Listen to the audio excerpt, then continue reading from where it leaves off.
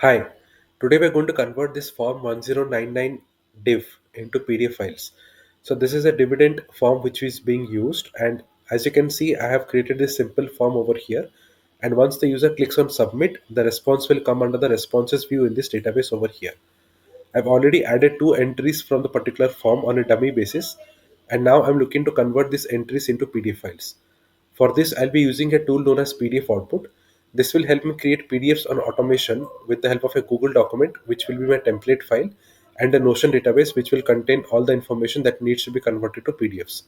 You can create any document such as reports, invoices, contracts, certificates, or even quotations that you're generating on a day-to-day basis on your business with this setup.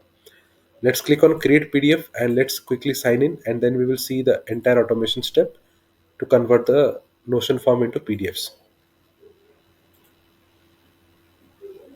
So as you can see, once you log in, the very first thing which we need to do is we need to add a Notion database to this setup. I already have this database available which I'm going to add. After that, we're going to connect a document to the database which will be used as a template file. So if you already have a document, you can choose the existing document or you can create a demo document for this.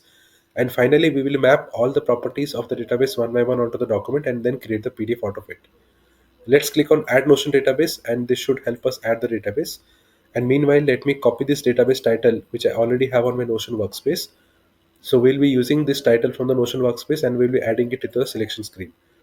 Click on select pages and enter the database title inside the search pages, and you should be able to see the div form appear over here. Click on that and the particular form is selected.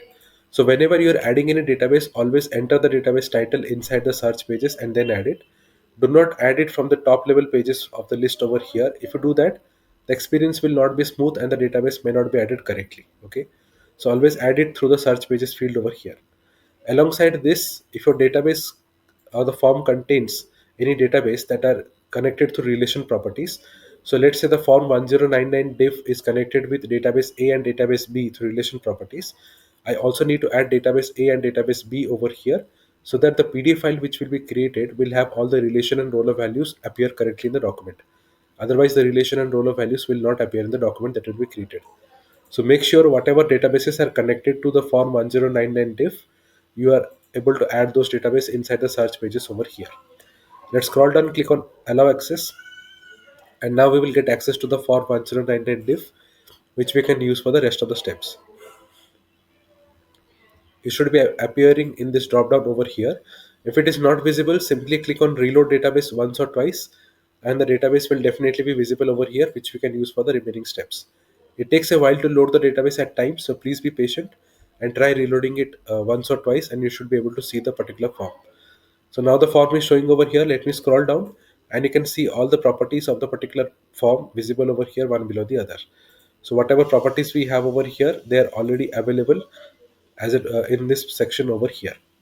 Let's click on add Google document. If you already have a form 1099 div template file available on your drive, you can go with an existing document and you can select any existing document that might be available on your end, and you can choose the same to select the document out of it. So you can choose any document from the list of documents available on the documents panel. I don't have any documents available, so I will instead go with a demo document, and it will create me a new document altogether with all the placeholders automatically created.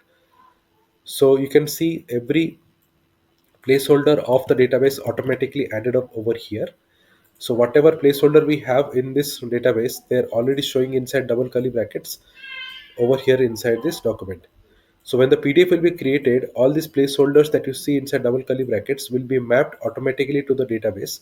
As an example, non-dividend distributions will be mapped to non-dividend distributions over here, and it will be converted to PDFs.